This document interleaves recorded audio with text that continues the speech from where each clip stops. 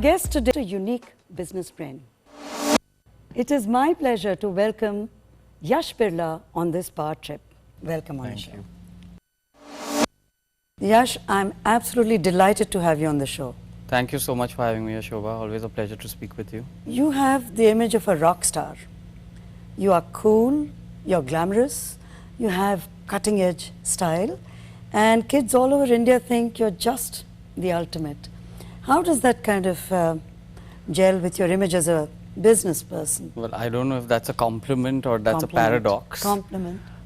Out of whatever I'm usually projected at, this facet of mine sometimes comes out larger than life, and that's what people probably identify me with.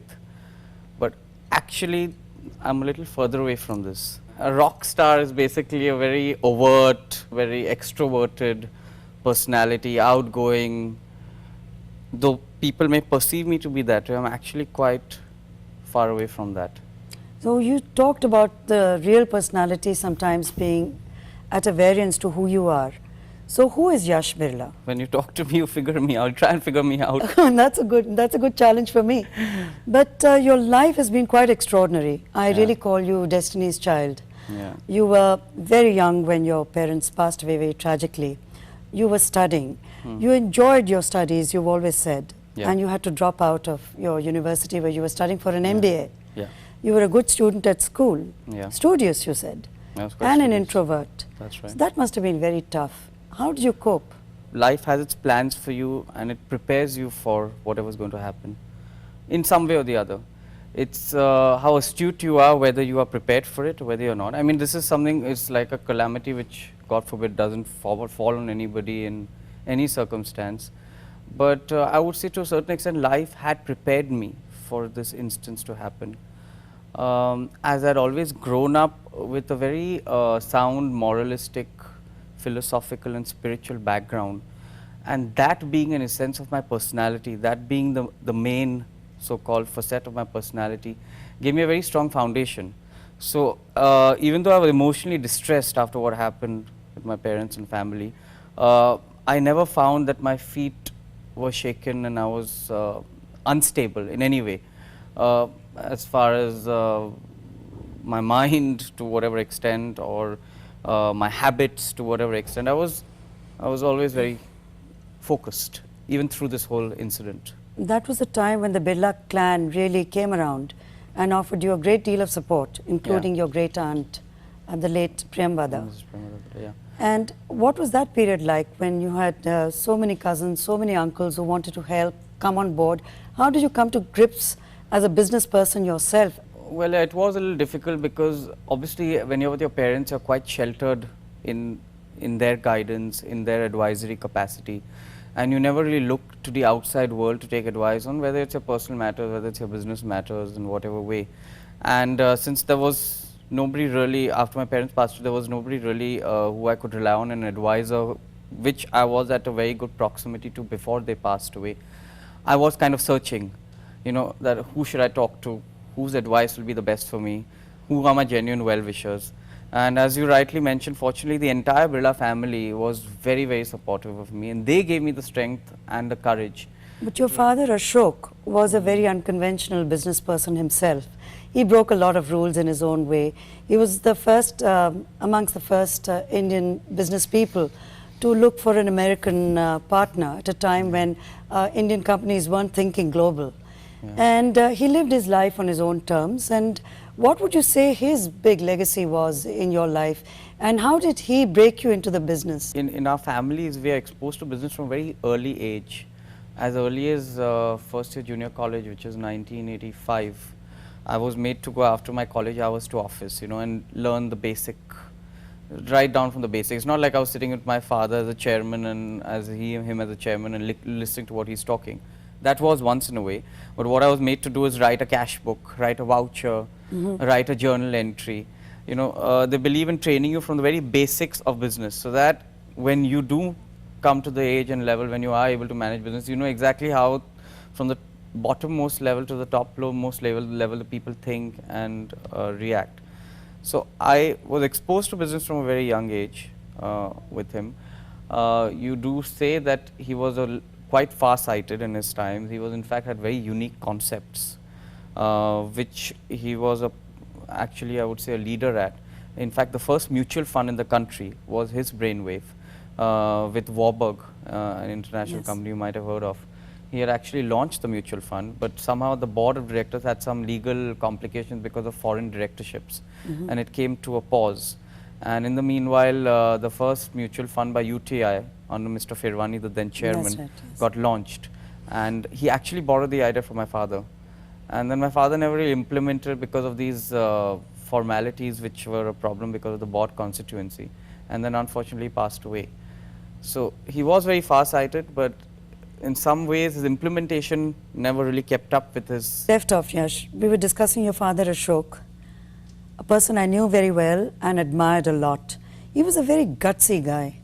What would you say is the biggest thing you learnt from him about conducting yourself as a human being and as a business person? Gutsy, yeah. I think my father always says that if you live with your conscience, people who don't live with their conscience are the people who feel intimidated and do one thing in front of the public and do something else behind public eye. He always felt that whatever he did was with his conscience's approval, and he didn't mind living his life to whatever extent it was, whether it was indoors, whether outdoors, whether behind the public eye or in the public eye. And he was honest about it, and that's something which I really valued about him. He was a very honest, large-hearted, exuberant, very extroverted, which I don't think I was when I was in interaction with him till the age of 22. But he was just, and all his friends, like you just mentioned, always mention him with a smile on their face about the good times they had and the good moments that they shared. And he was just basically, both my parents were very light-hearted, sociable and accessible people, which is what I really respected in them. Quite a variance from being a Birla. I mean, the Birla name itself comes with a lot of baggage. What does it mean to you to be a Birla when people say, oh, Yash Birla is coming? Well, I think the thing you really cherish about a surname like that is not usually what people associate it with is the so-called wealth or the affluence behind Birla name, because that's not what I take it as, and I don't think most of our family members really give much cognizance to that. It's actually the culture and the philosophy which has been developed by ancestors and carried on even with the latest generation, is what I assess with the name Birla, is that our ancestors had a particular philosophy and code of conduct, and the way of doing business, way of conducting yourself in public life, way of their charitable dispositions, that whatever you earn, there has to be some kind of social obligation you have with whatever you earn. And I feel that is something which I really take pride in and I cherish, and I feel I associate the Birla name with that. And that's what I would like to instill in my children, that the Birla name basically means culture, principles, and a good social life, rather than just being successful monetarily, which is a part of the whole thing, but not the essence of it. Your family was deeply involved in the early years of India's freedom struggle. Yeah.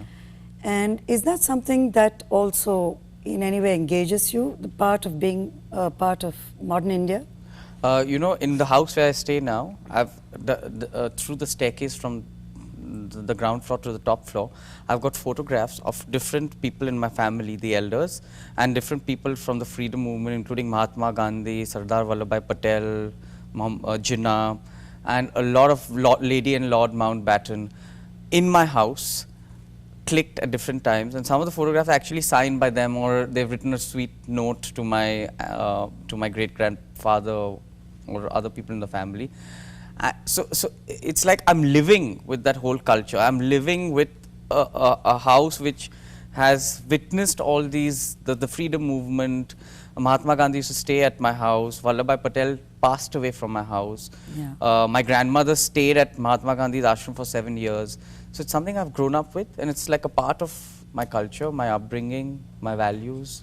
But what do you feel about the current political situation in India? How involved do you feel with what you see around you? Well, I think we are all involved in it to the point of view that we are all businessmen, and we have to know what the political scenario is, and it has to be conducive to our economic growth. But let me be honest, I don't really take much interest in the day-to-day changes that keep taking on. As long as the government is stable and as long as it is socially contributing to the growth of the company, the common man, and improving the business environment, that's what I view it for. Not otherwise. I don't look at which person is in power and who's ousted and who's in. It doesn't interest me. Do you vote? I do vote, yes. Are you involved in the local Maharashtra elections, for example? Would you No. care? Of course, I would care because most of my industries are based in Maharashtra, and the development of Maharashtra is very important to us as our side of the family, as a businessman. Apart from the social cause that we've been living here for generations, I would love to see this part of the country really prosperous.